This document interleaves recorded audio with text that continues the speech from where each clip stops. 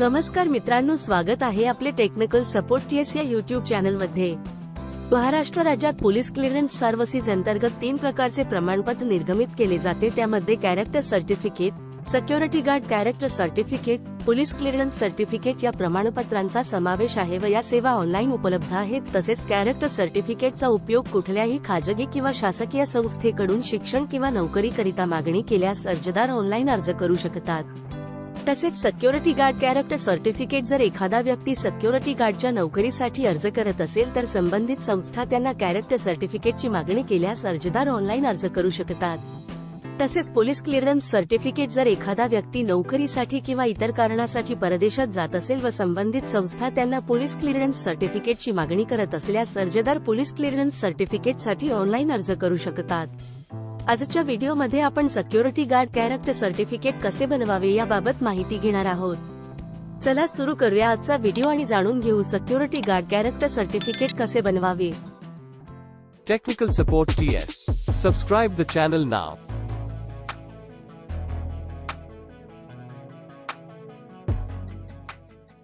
सर्वप्रथम Google search मध्ये police verification असे सर्च करा। pcs.mahaonline.gov.in या लिंकवर क्लिक करा। आता आपण महाराष्ट्र पोलीस यांच्या पोलीस क्लिअरन्स सर्व्हिसेस पोर्टलवर आलो आहे। सर्वप्रथम आपण रजिस्ट्रेशन पर्यायावर क्लिक करा। आता आपण रजिस्ट्रेशन फॉर्म भरून घ्या। त्यामध्ये लास्ट नेम, फर्स्ट नेम व मिडल नेम ही माहिती भरून घ्या। जर अर्जदार विवाहित महिला असेल तर मिडल नेम मध्ये पतीचे नाव भरा। तसेच भरलेली माहिती मराठीमध्ये ऑटो जनरेट होईल। ऑटो जनरेट झालेली माहिती बरोबर असल्याचे खात्री करा। त्यानंतर खाली डेट ऑफ बर्थ, जेंडर व CP/SP ऑफिस नेम दिलेल्या पर्यायामधून निवड करा। त्यानंतर मोबाईल नंबर व पासवर्ड आणि कन्फर्म पासवर्ड ही माहिती भरून घ्या। लक्षात असू द्या, आपण भरत असलेला मोबाईल नंबर आपला युजर नेम असणार आहे। सर्व माहिती भरून झाल्यावर खाली आपल्याला एक प्रश्न विचारला जाईल, जसे की आम्हाला विचारलेला प्रश्न आहे what is first number in following list. विचारलेल्या प्रश्नाखाली 90, 105, 091 असे नंबर दिलेला आहेत। विचारलेल्या प्रश्नामध्ये पहिला, दुसरा किंवा तिसरा कोणताही नंबर विचारला जाऊ शकतो। तसेच प्रत्येक वेळी वेगवेगळे नंबर असतील। आपल्याला विचारलेल्या प्रश्नाचे योग्य उत्तर भरून सबमिट बटनावर क्लिक करा। आता आपण दिलेल्या मोबाईल नंबरवर व्हेरिफिकेशन कोड पाठवला जाईल। व्हेरिफिकेशन कोड टाकून व्हेरीफाय बटनावर क्लिक करा। आता आपले युजर रजिस्ट्रेशन पूर्ण झाले आहे। आपले युजर नेम, पासवर्ड व कॅप्चा टाकून लॉग इन बटनावर क्लिक करा। लॉग इन झाल्यावर सर्व्हिसेस पर्यायावर क्लिक करा। आता आपण सिक्युरिटी गार्ड कॅरेक्टर सर्टिफिकेट या पर्यायावर क्लिक करा।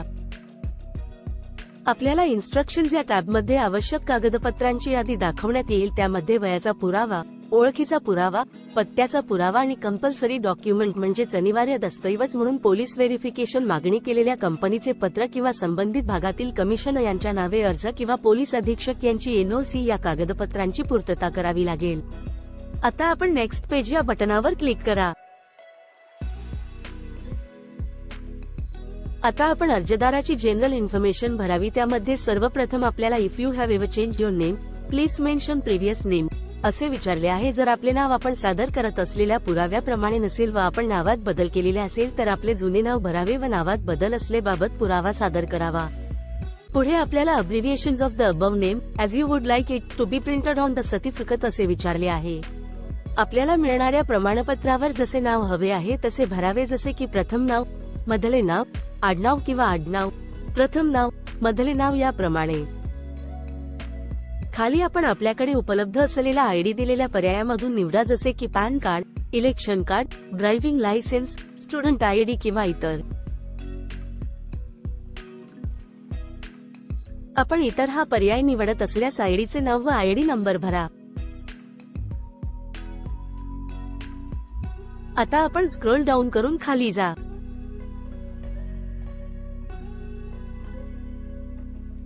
आता अर्जदाराची जन्म ठिकाण माहिती विचारली आहे। त्यामध्ये राज्य, जिल्हा, तालुका व गाव ही माहिती दिलेल्या पर्यायांमधून निवडावी।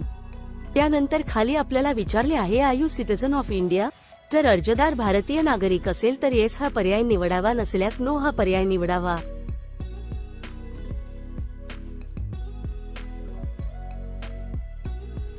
त्यानंतर वडिलांची जन्मदिनांक ही माहिती भरावी.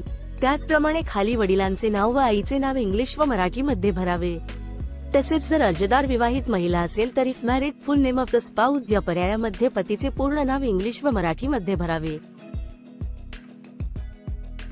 खाली आपल्याला जनरल क्वेश्चन्स विचारले आहेत. त्यामध्ये सर्वप्रथम विजिबल आयडेंटिफिकेशन मार्क असे विचारले आहे. जर आपल्या शरीरावर काही आयडेंटिफिकेशन मार्क असेल तर त्याबाबत माहिती भरावी. तसेच ही माहिती स्टार केलेली नसल्याने हा रकाना निरंक सोडून पुढे जाऊ शकता.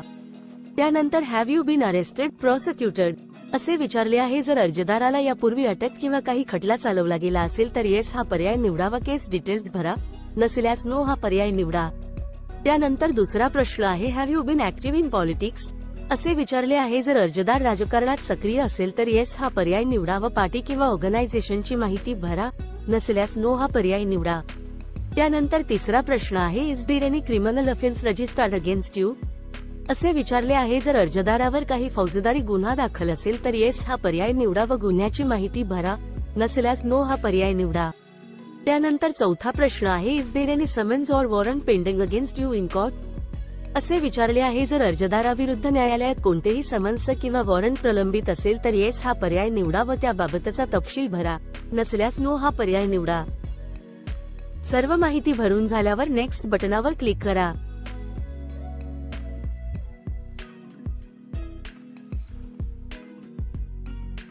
आता आपण ऍड्रेस इन्फॉर्मेशन ही माहिती भरावी. त्यामध्ये सर्वप्रथम प्रेझेंट रेसिडेन्शियल ऍड्रेस मध्ये building, street, landmark, locality, state, district, taluka, village, pin code व रेसिडेंट सील्स मध्ये सदर पत्त्यावर रहिवासी कालावधी वर्षामध्ये भरावा. आता आपल्याला प्रिव्हियस ऍड्रेस माहिती विचारली आहे. जर वरील भरलेला ऍड्रेस व्हेरीफाय करायचा असल्यास येस हा पर्याय निवडावा व वरील प्रमाणे माहिती भरावी. अन्यथा नो हा पर्याय निवडून पुढे जावे. आता आपण परमनंट ऍड्रेस ही माहिती भरावी.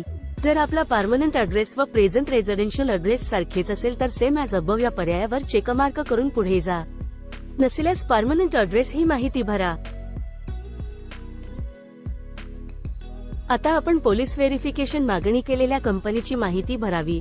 ही माहिती आपण अर्जदाराने सादर केलेल्या कंपनी लेटरनुसार भरावी. त्यामध्ये सर्वप्रथम लेटर प्रमाणित करणाऱ्या कर्मचाऱ्याचे डेझिग्नेशन म्हणजेच पद, लेटरनुसार कंपनीचे नाव व लेटरनुसार कंपनीचा पत्ता ही माहिती भरावी. आता आपण अर्जदाराने गेल्या 10 वर्षात जिथे वास्तव्य केले आहे त्या ठिकाणांचे तपशील भरावा. त्यामध्ये address, from date, to date व पिनकोड ही माहिती भरावी. लक्षात असू द्या सर्व कॉलम मधील मिळून एकूण कालावधी 10 वर्षापेक्षा जास्त असावा. जर आपल्याला कॉलम वाढवायचे असेल तर ऍड न्यू रो या बटनावर क्लिक करा. सर्व माहिती भरून झाल्यावर नेक्स्ट बटनावर क्लिक करावे. आता आपण रेसिडेन्शियल इन्फॉर्मेशन भरावी. त्यामध्ये अर्जदाराच्या परिसरातील ओळखीच्या 2 व्यक्तींचे नाव, पत्ता व मोबाईल नंबर ही माहिती भरावी. सर्व माहिती भरून झाल्यावर नेक्स्ट बटनावर क्लिक करावे. आता आपण अदर इन्फॉर्मेशन भरावी. त्यामध्ये सर्वप्रथम वेदर हॅव फायरआर्म असे विचारले आहे. जर अर्जदाराकडे फायरआर्म लायसेन्स असेल तर येस पर्याय निवडून सर्व माहिती भरावी. नसल्यास नो पर्याय निवडावा व नेक्स्ट पेज या बटनावर क्लिक करावे. आता आपण पोलीस स्टेशन इन्फॉर्मेशन भरावी. त्यामध्ये सर्वप्रथम लोकल पोलीस स्टेशन ऍड्रेस मध्ये जिल्हा व लोकल पोलीस स्टेशन दिलेल्या पर्यायामधून निवडावे. त्यानंतर खाली I hereby solemnly state that information provided above by me is true and correct declaration वर चेक मार्क करा व खाली ठिकाणाची माहिती भरा. आता आपला अर्ज भरून झाला आहे. पुढे जाण्यासाठी सबमिट बटनावर क्लिक करा.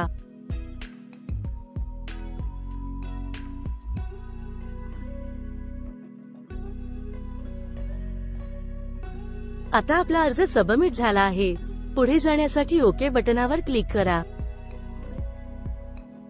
आता आपण अर्जदाराचे सर्व कागदपत्रे अपलोड करून घ्यावे. त्यामध्ये सर्वप्रथम फोटो व सही अपलोड करावी.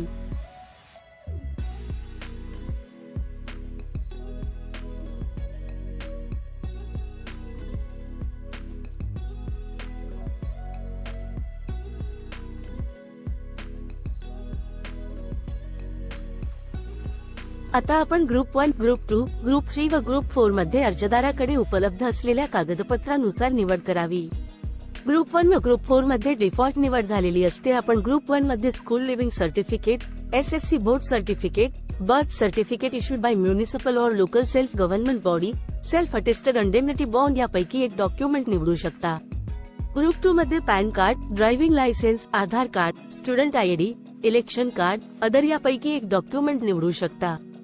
ग्रुप 3 मध्ये passport, current electric telephone bill shown applicant's name and address, ration card shown applicant's name and address, affidavit, letter from society, registered leave and licence यापैकी एक डॉक्युमेंट निवडू शकता. ग्रुप 4 मध्ये letter from company, application to commissioner, superintendent of police for NOC यापैकी एक document निवडू शकता. कागदपत्रांची निवड केल्यानंतर अपलोड डॉक्युमेंट या बटनावर क्लिक करा. आता आपण सर्व कागदपत्रे स्कॅन करून अपलोड करून घ्या व सेव्ह बटनावर क्लिक करा.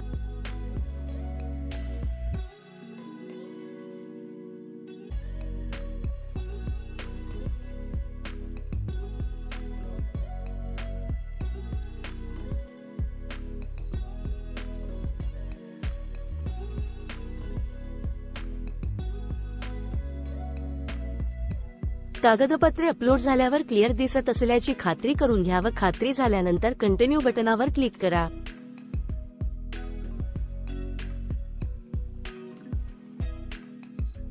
आता आपण भरलेली सर्व माहिती बरोबर भरल्याची खात्री करा व पुढे जाण्यासाठी नेक्स्ट बटनाचा वापर करा.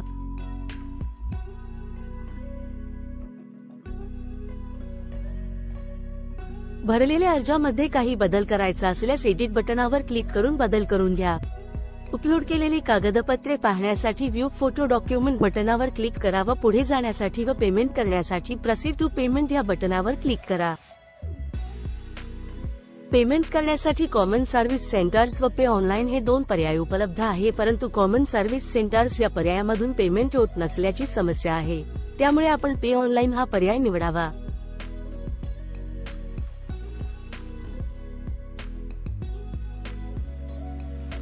पेमेंट करत असताना आम्हाला समस्या आली आहे. आमच्या खात्यामधून पेमेंट कपात झाले आहे. आपल्याला अशी समस्या आल्यास पुढे काय करावे हे पाहू.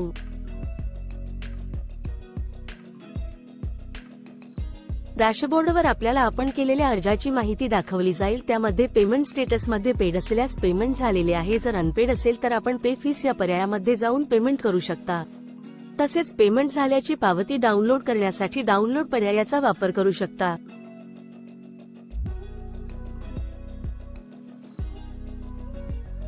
डॅशबोर्डवर आपल्याला आपण केलेल्या अर्जाची माहिती दाखवली जाईल. त्यामध्ये अर्जाची स्थिती पाहता येईल.